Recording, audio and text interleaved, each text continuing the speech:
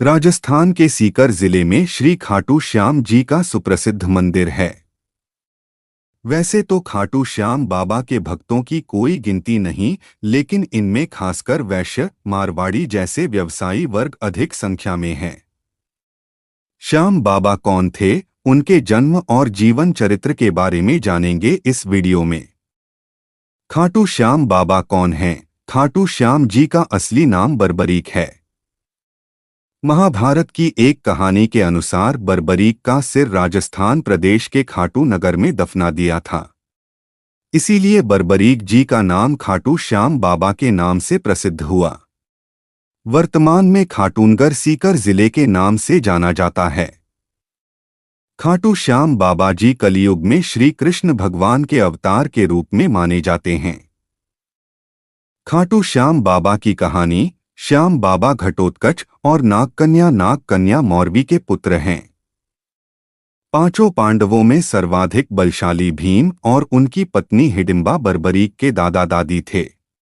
कहा जाता है कि जन्म के समय बर्बरीक के बाल बब्बर शेर के समान थे, अतः उनका नाम बर्बरीक रखा गया। बर्बरीक का नाम श्याम बाबा कैसे पड़ा, आइए इसकी कहानी जानते हैं। श्री खाटू श्याम बाबा जी बर्बरीक बचपन में एक वीर और तेजस्वी बालक थे। बर्बरीक ने भगवान श्री कृष्ण और अपनी मां मौरवी से युद्ध कला कौशल सीखकर निपुणता प्राप्त कर ली थी। बर्बरीक ने भगवान शिव की घोर तपस्या की थी, जिसके आशीर्वाद स्वरूप भगवान शिव ने बर्बरीक को 3 चमत्कारी बाण प्रदान किए। इसी कारणवश बर्बरीक का नाम 3 बाणधारी के रूप में भी प्रसिद्ध है।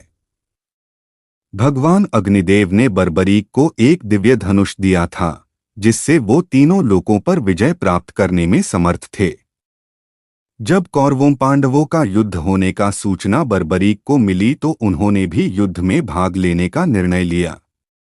बर्बरीक अपनी मां का आशीर्वाद लिए और उन्हें हारे हुए पक्ष का साथ देने का वचन देकर निकल पड़े। इसी वचन के कारण हारे का सहारा बाबा श्याम हमारा, यह बात प्रसिद्ध हुई।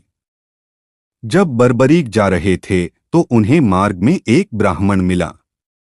यह ब्राह्मण कोई और नहीं, भगवान श्री कृष्ण थे, जो कि बर्बरीक की परीक्षा लेना चाहते थे। ब्राह्मण बने श्री कृष्ण ने बर्बरीक से प्रश्न किया कि वो मात्र 3 बाण लेकर लड़ने को जा रहा है। मात्र 3 बाण से कोई युद्ध कैसे लड़ सकता है? बर्बरीक ने कहा कि उनका एक ही बाण शत्रु सेना को समाप्त करने में सक्षम है और इसके बाद भी वह तीर नष्ट न होकर वापस उनके तरकश में आ जाएगा। अतः अगर तीनों तीर के उपयोग से तो संपूर्ण जगत का विनाश किया जा सकता है। ब्राह्मण ने बर्बरीक से एक पीपल के वृक्ष की ओर इशारा करके कहा कि वो एक बाण से पेड़ के सारे पत्तों को भेद कर दिखाए। बर्बरीक ने भगवान का ध्यान कर एक बाण छोड़ दिया। उस बाण ने पीपल के सारे पत्तों को छेद दिया और उसके बाद बाण ब्राह्मण बने कृष्ण के पैर के चारों तरफ घूमने लगा। असल में कृष्ण ने एक पत्ता अपने पैर के नीचे छिपा दिया था।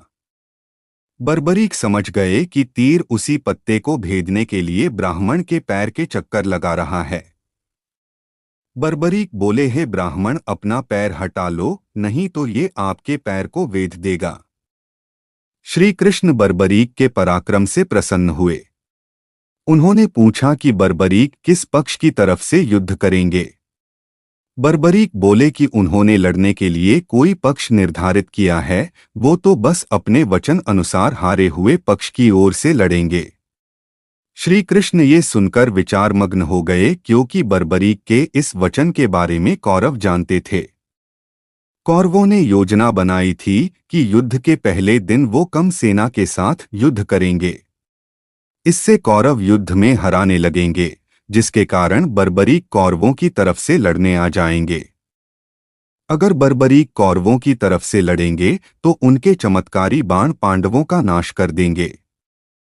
कौरवों की योजना विफल करने के लिए ब्राह्मण बने कृष्ण ने बर्बरीक से एक दान देने का वचन मांगा।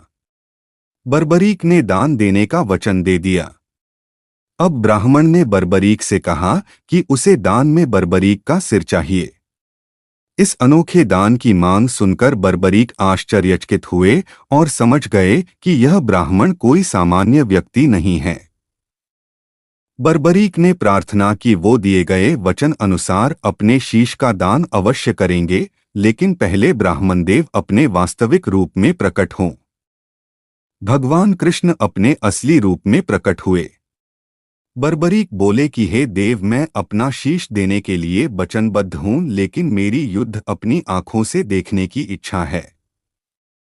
श्री कृष्ण बर्बरीक ने बर्बरीक की वचनबद्धता से प्रसन्न होकर उसकी इच्छा पूरी करने का आशीर्वाद दिया। बर्बरीक ने अपना शीश काटकर कृष्ण को दे दिया।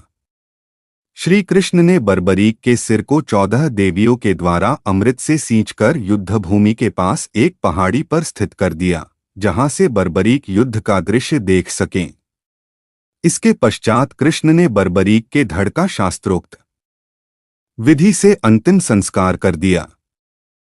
महाभारत का महान युद्ध समाप्त हुआ और पांडव विजयी हुए। विजय के बाद पांडवों में यह बहस होने लगी कि इस विजय का श्रेय किस योद्धा को जाता है। श्री कृष्ण ने कहा, चूंकि बर्बरीक इस युद्ध के साक्षी रहे हैं, अतः इस प्रश्न का उत्तर उन्हीं से जानना चाहिए।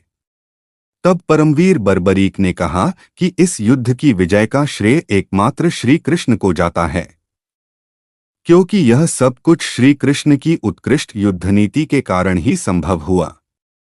विजय के पीछे सब कुछ श्री कृष्ण की ही माया थी। बर्बरीक के इस सत्य वचन से देवताओं ने बर्बरीक पर पुष्पों की वर्षा की और उनके गुणगान गाने लगे। श्री कृष्ण वीर बर्बरीक की महानता से अति प्रसन्न हुए और उन्होंने कहा, हे वीर बर्बरीक, आप महान हैं। मेरे आशीर्वाद स्वरूप आज से आप मेरे नाम श्याम से प्रसिद्ध होगे। कलयुग में आप कृष्ण अवतार रूप में पूजे जाएंगे और अपने भक्तों के मनोरथ पूर्ण करेंगे। भगवान श्री कृष्ण का वचन सिद्ध हुआ और आज हम देखते भी हैं कि भगवान श्री खाटू श्याम बाबा जी अपने भक्तों पर निरंतर अपनी कृपा बनाए रखते हैं। बाबा श्याम अपने वचन अनुसार हारे का सहारा बनते हैं। इसीलिए जो सारी दुनिया से हारा सताया गया होता है, वो भी अगर सच्चे मन से बाबा श्याम के नामों का सच्चे मन से नाम ले और स्मरण करे तो उसका कल्याण अवश्य ही होता है। श्री खाटू श्याम बाबा की महिमा अपरंपार है। सश्रद्धा विनती है कि बाबा श्याम इसी प्रकार अपने भक्तों पर अपनी कृपा बनाए रखें।